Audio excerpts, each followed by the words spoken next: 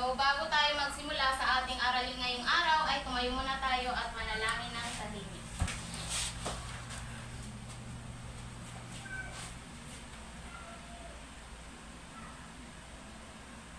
Maaari na kayong umupo. So, bago ako magsisimula na magpaliwanag sa ating aralin is i-check ko muna ang inyong attendance.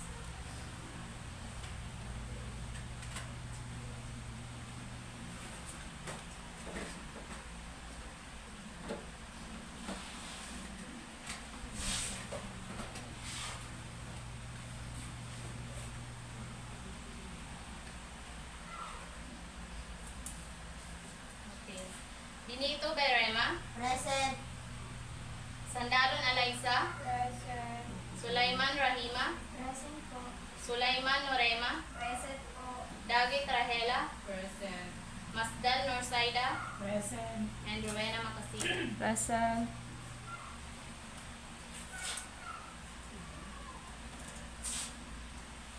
So, bago ako sisimula is may papakita mo na akong larawan at ito ay inyong obserbahan kung ano ang nakikita niyo. Pagkatapos, tatawag ako ng isang tao at aking tatanungin.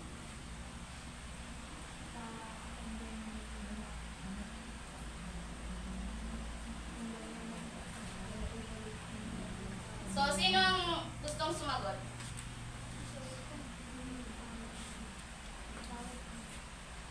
Rahima? Base po sa aking nakikita is isa po itong evolusyon ng tao at saka yung unggoy po, mga unggoy.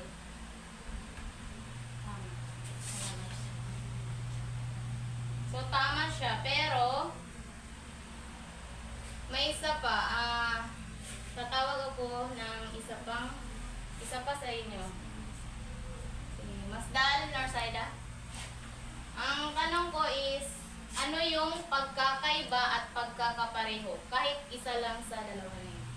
Ang tao po ay may kakayahan na mag-isip ng yung rational thinking po. And ang mga hayop tulad ng unggoy ay walang kakayahan na gumawa ng mga pag-iisip na gano'n. Tama yan. So, bago ko papakita ko muna sa inyo ang ating layunin.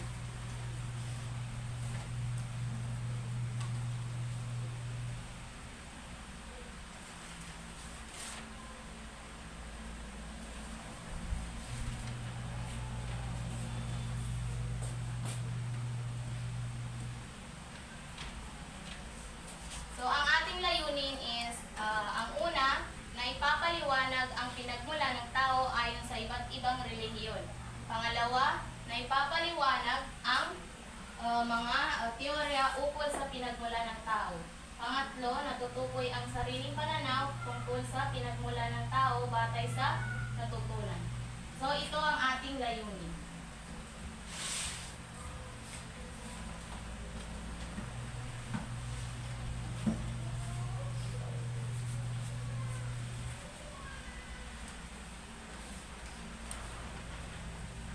So, tulad ng sinagot ng inyong dalawang kaklase, ang nakikita daw nila is ang unggoy at ang evolusyon ng tao. So, nagtanong ako kung ano ba ang pagkakaiba at pagkakapareho. Ito is isang chimpanzee at evolusyon ng tao. Ang dalawang ito is maraming pagkakapareho. Subalit ng paglipas ng panahon, ang dalawang species is nag-evolve sa magkahiwalay na landas na nagresulta sa mga makabuluhang pagkakaiba sa kanilang pisikal na katangian, pag-uugali at kakayahan. So, karaniwang naririnig natin is tayo daw ay nagmula sa unggoy. Pero, hindi karaniwang unggoy na nakikita natin sa ating paligid or ngayon na pag nakakakita tayo ng unggoy, is sabihin natin dyan tayo galing. Pero hindi tayo galing dyan kasi may common ancestor tayo na pinanggalingan or iisang ninuno na namuhay sa milyon-milyon na nakakaraan.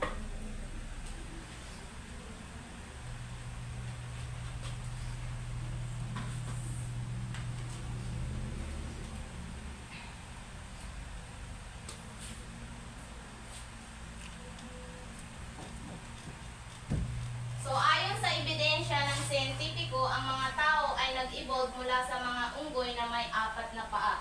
So yun nga yung sabi ko. Sabi ng iba is nanggaling tayo sa unggoy, pero hindi tayo nanggaling sa unggoy na karaniwang ating nakikita ngayon.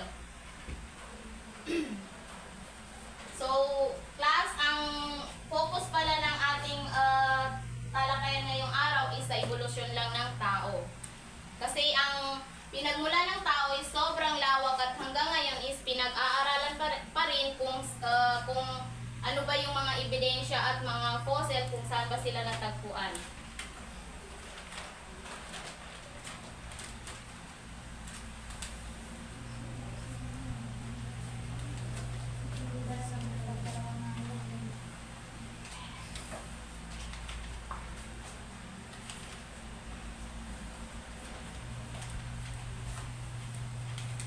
So, let's proceed sa mga teorya.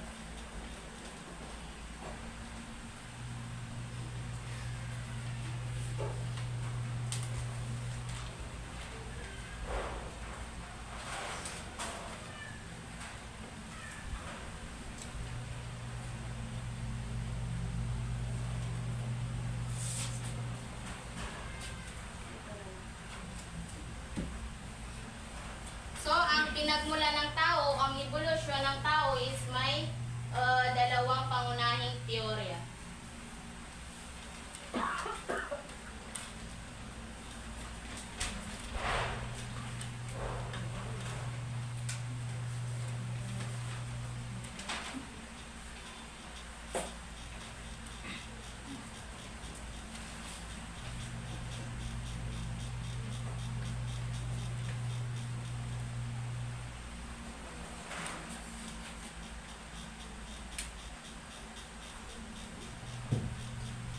So, sino ang gustong magbasa?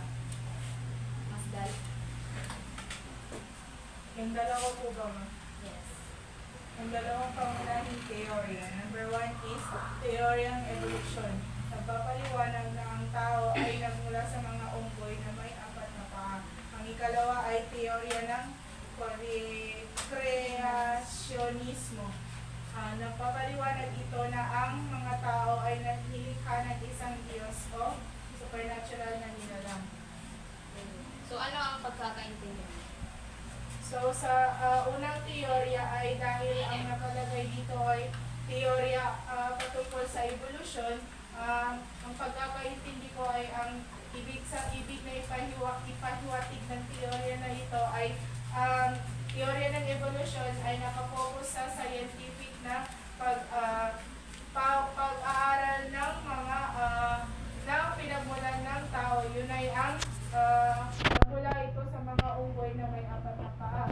Ang ikalawa naman na teorya ng kreanismo ay nakabase ito sa supernatural na paniniwala ng mga tao at more on nasa religious side ito na pinapaniwalaan ang mga tao ay galing sa paglikha ng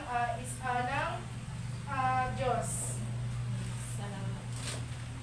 So, teorya ng evolusyon ay ito yung mas tinanggap or pinakatinanggap na siyentipikong paliwanag ay ang teoryang ito na teoryang evolusyon. So, nagsasabi na ang mga tao ay nag-evolve mula sa mga primate or ang isang unggoy na sa paglipas ng milyong-milyong taon, ang teoryang ito ay sinuportahan ng tulad nga ng sabi mo, ang siyentipiko. Pero sumuporta din sa ebidensya nito is mula sa paleontolohiya, genetika at antropolohiya. So ang teoryang evolution ay nagpapaliwanag na ang tao daw ay nagmula sa mga unggoy, pero hindi unggoy na nakikita natin sa ating paligid or sa bundok.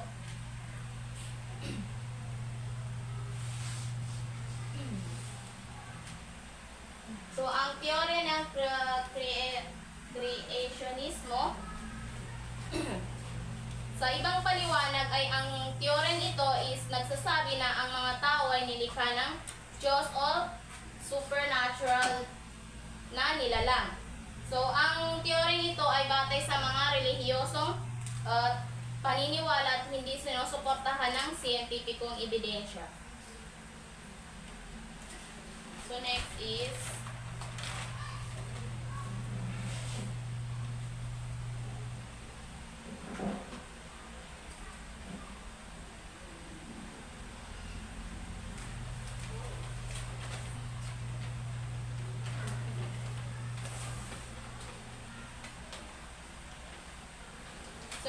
pinagmula ng tao ayon sa iba't ibang relihiyon.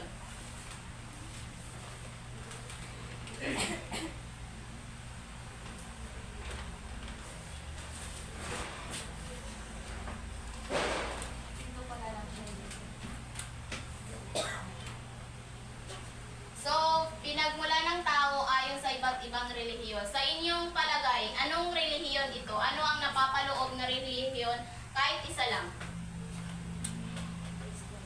Dal. Ang Islam po. Yes, tama. Islam. So, napapaloob dito ang Islam. Ano pa? Christianismo lang. Yes, tama. So, ang first is ang Kristyanismo.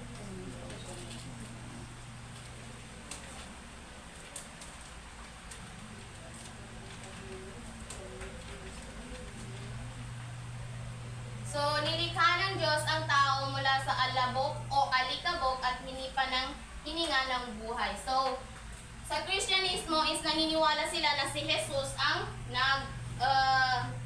naglikha sa tao. Pero, may mga paliwanag dito.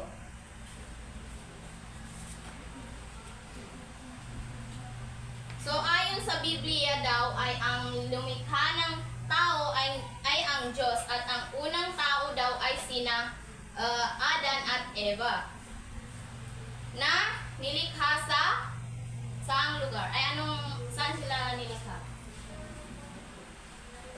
Masdal. Sa Dalon. Sa Garden ng Eden. Garden ng Eden. So, ang kwento ng paglalang ay nagsasaad ng ang tao ay nilikha sa larawan ng Diyos at binigyan ng kapangyarihan at responsibilidad sa mundo. So, ang next is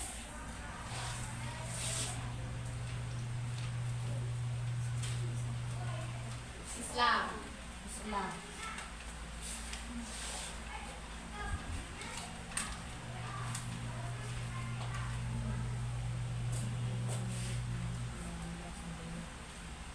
Sino ang gustong magpasa? Marema. Ang Allah ang lumikha ng tao mula sa luwad. So, sa Islam ay naniniwala sila na ang Allah ang lumikha ng tao mula sa luwad. So, totoo naman na ang Allah ang lumikha sa luwad. Pero hindi natin masisisi ang iba't ibang relihiyon sa kanilang paniniwala. So, ang tanong ko, ano ang luwad? Lupa. Anong klaseng lupa? Parang clay. Yes. Alam niyo yung ginagawang paso? Parang paso? Eh, hindi yung nilalagyan ng tubig. Yeah. Then, parang lumalamig sila doon. Jar. Yes, char. Binangga. Yes, binangga. So, next is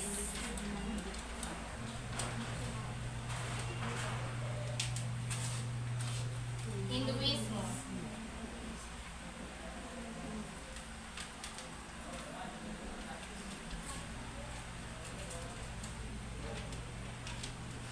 So, komplikado at may iba't ibang interpretasyon sa Hinduismo. So,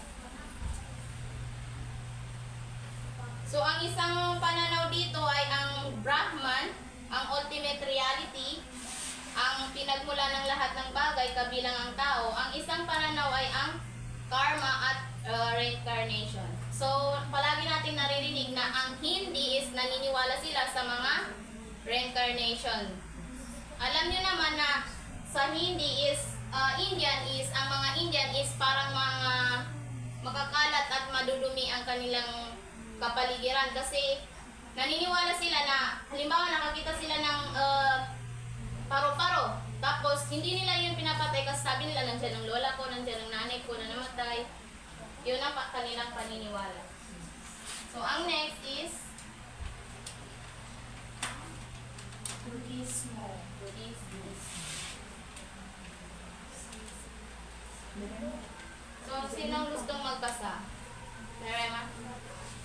Buddhismo, nagtuturo na ang mga dumadaan sa isang siklo ng kapanganakan at kamatayan. Samsara.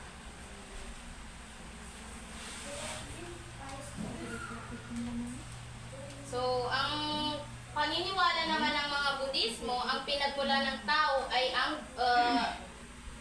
hindi nakatuon sa isang particular na pagladang or paggawa or paglikha. So, ang Budismo ay nagtuturo na ang tao ay dumaan sa isang siklo ng kapanganakan at kamatayan or ang samsara. Ang kamatayan ay ito yung samsara.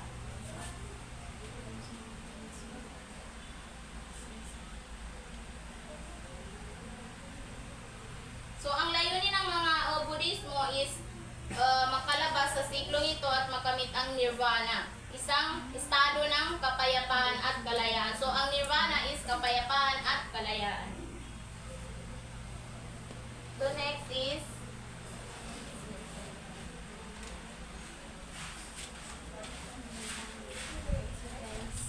Judaismo.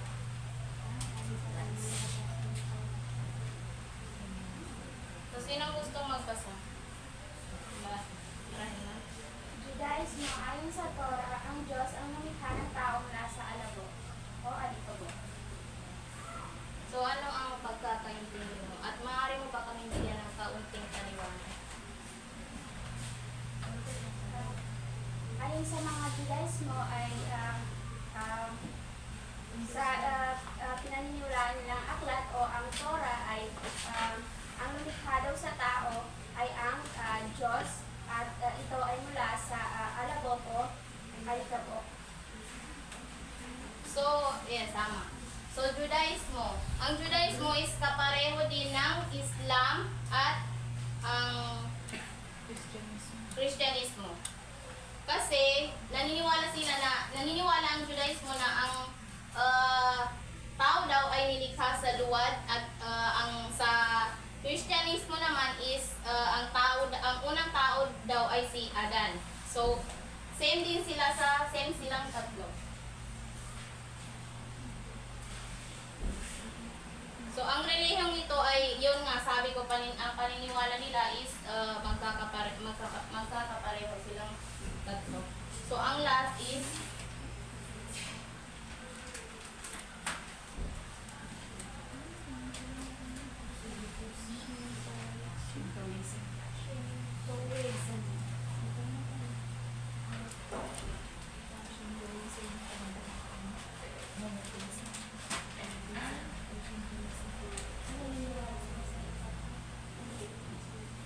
so, sino gusto ko?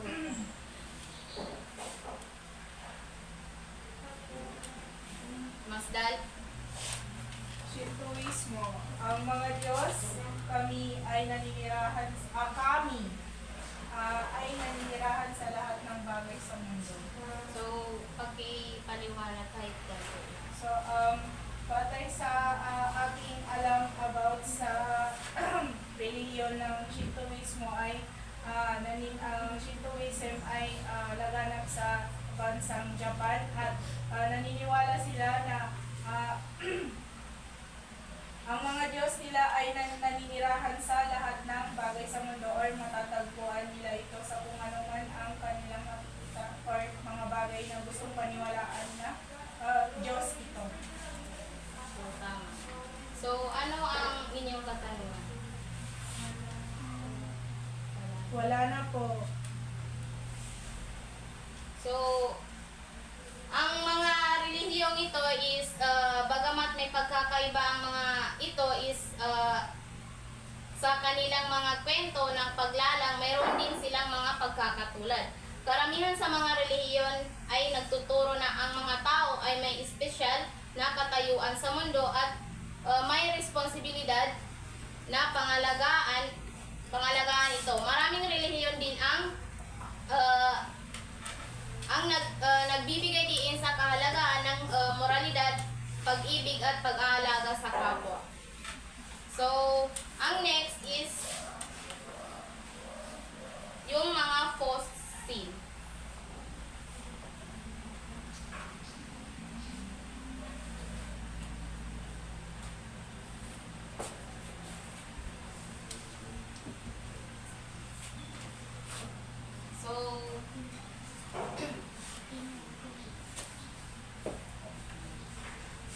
So, fossil. So, ito yung mga fossil. So, sino ang gustong makapagbigay ng paliwanag sa bawat isa? Siguro naman is familiar kayo sa Homo habilis, Homo erectus, Homo sapiens. Hindi po? Okay. Kung sino makapagsagot, may plus points. Homo sapiens.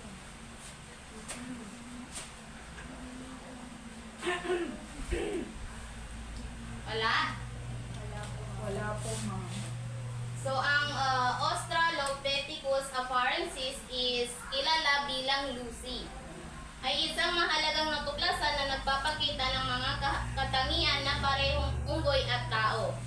So, yun yung Australopithecus afarensis.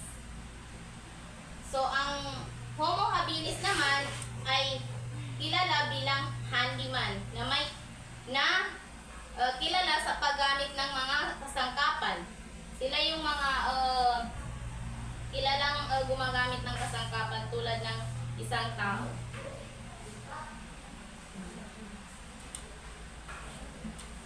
So, ang next is Homo erectus. Ito yung unang hominid na lumabas sa Africa at nanirahan sa iba't ibang bahagi ng mundo.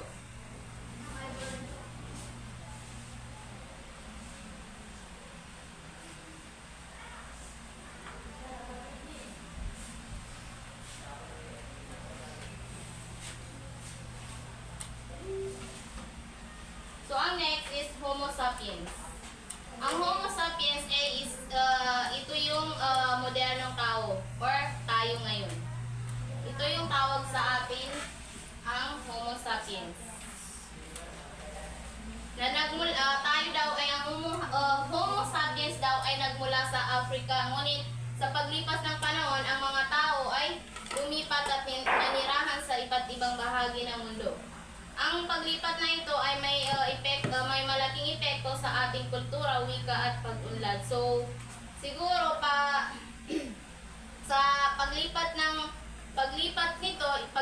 ito is naapektuhan ang ating pagsasalita or nakakapag-adapt tayo ng mga iba't ibang languages. Halimbawa na lang lumipat tayo sa Amerika. Then sa kapaligiran natin is ang naririnig natin is English speaking. So,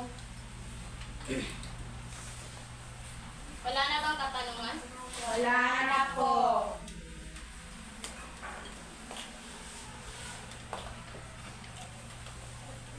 So may papagawa ako sa inyo at pipili ako ng dalawa sa inyo at ito ay inyong sasagutan at paunahan.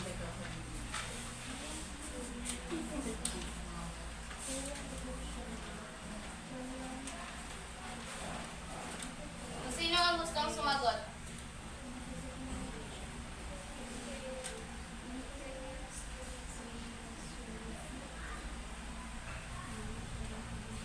Sino gustong sumagot?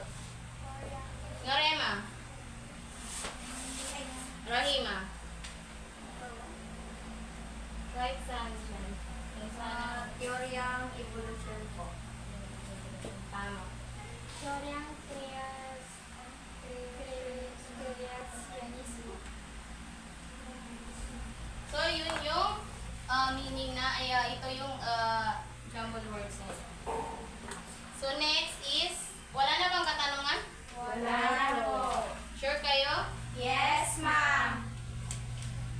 Ako ang magtatanong. Joke lang. Joke lang.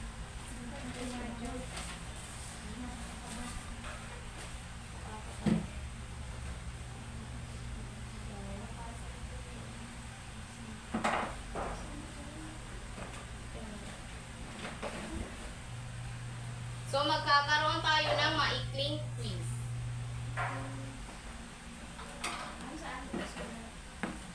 Sa papel. Anong klase papel? 1, 2. Or 1/4.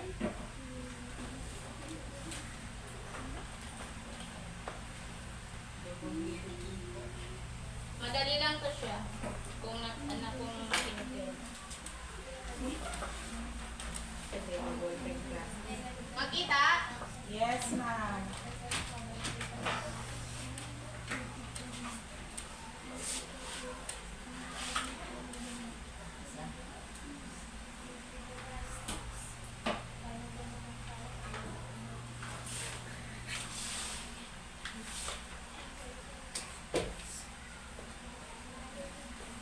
Sumagot na kayo. 10 minutes. Kailangan matapos nyo ng 10 minutes.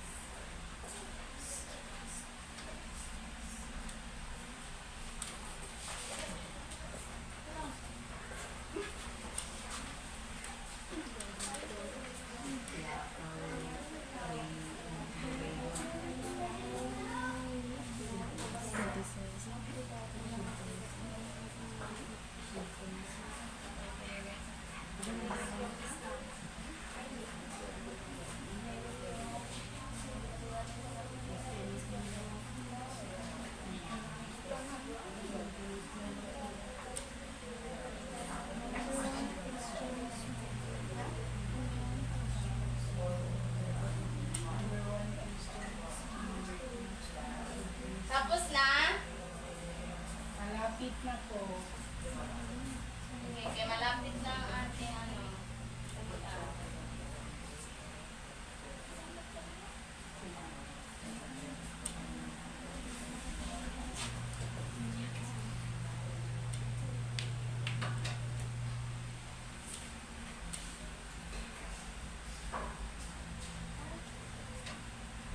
Tapos na ba?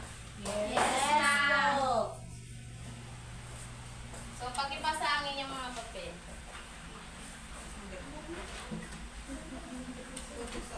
Nandiyan ang papel ko. So, wala nang katanungan? Wala na po. So, ang last is ang inyong takdang aralin.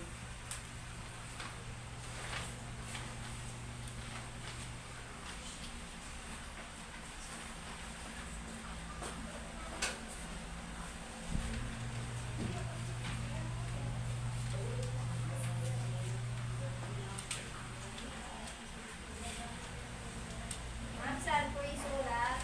Sa papel. Anong klase papel daw po? Nila paper. Pwede. Sige po. Kung saan kayo komportable.